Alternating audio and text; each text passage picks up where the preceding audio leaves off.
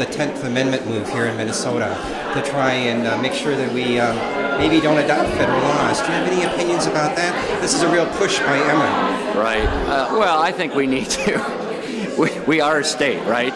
But we are part of a country of 50 states, and I think to get away, if I'm understanding him correctly, and sometimes I'm not sure if I understand him correctly, there's a federal government for a reason, and we have to adhere to what the federal government does on many significant issues, and to just displace ourselves from them. I mean, that's for a whole different party. Isn't it the Up North Party or something that wants to secede from the Union?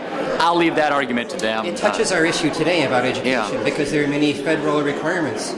Some of them maybe seem absurd here in Minnesota, and others seem important. Okay, well, let's use education as an example. I think there are opportunities for us to work with our federal legislators and really say, okay, here's what's working from a federal standpoint in terms of the guidelines, if not requirements, and here's what's not, and see if we can be a little more flexible that way. But I would also not be opposed to outrightly challenging some of the federal mandates, either through action or other means, if I found that they were really regressive or stood in the way of growth for education in Minnesota. So, there comes a time where a governor, I think, really has to flex his muscle as long as it's backed up in fact and logic. And if he's doing it for the betterment of Minnesota and the education system here, then certainly there's a place for it. Fact and logic sometimes conflicts with policy, or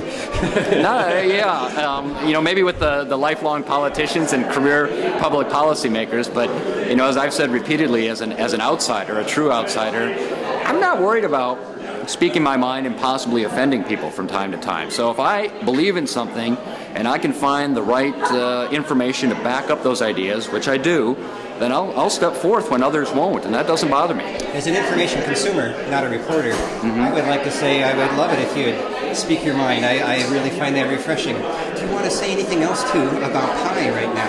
When is your unveiling? We're going to do it probably the second week of July. And P.I.E. is Partners in Education, and basically I'm still refining some of the details, but I want to create a program, again, not necessarily a government-sponsored program, but a governor-led program, where we get local businesses more involved than they are with the higher education institutions throughout the state. And do you see internships or funding? Well, I think it would go beyond internships. What it would be is, okay, let's use business A. So let's say Bemidji State goes out and solicits business A and says, we want to partner with you, and here's how we're going to do it. We're going to have a program that can be a feeder to your business. We're developing students that can work for you. We want you to bring on X number of students each semester, or maybe it's longer than a semester, not full-time, but where they're working 15, 20 hours a week in lieu of some of the time that was spent in the past on classwork. So they would get a certain tuition credit that would be paid by this business for working. So essentially it's a stipend for working that's going to offset their tuition costs. And then at the end of their time, be it 2 or 4 years, that business has the opportunity to pick a few more or all the students and say, okay, we're going to hire you full-time for 2 years, and we're going to pay you, a nominal wage like VistaCorp does with teachers, but we're going to pay off most or not all of your remaining debt. Now, what does the university have to gain?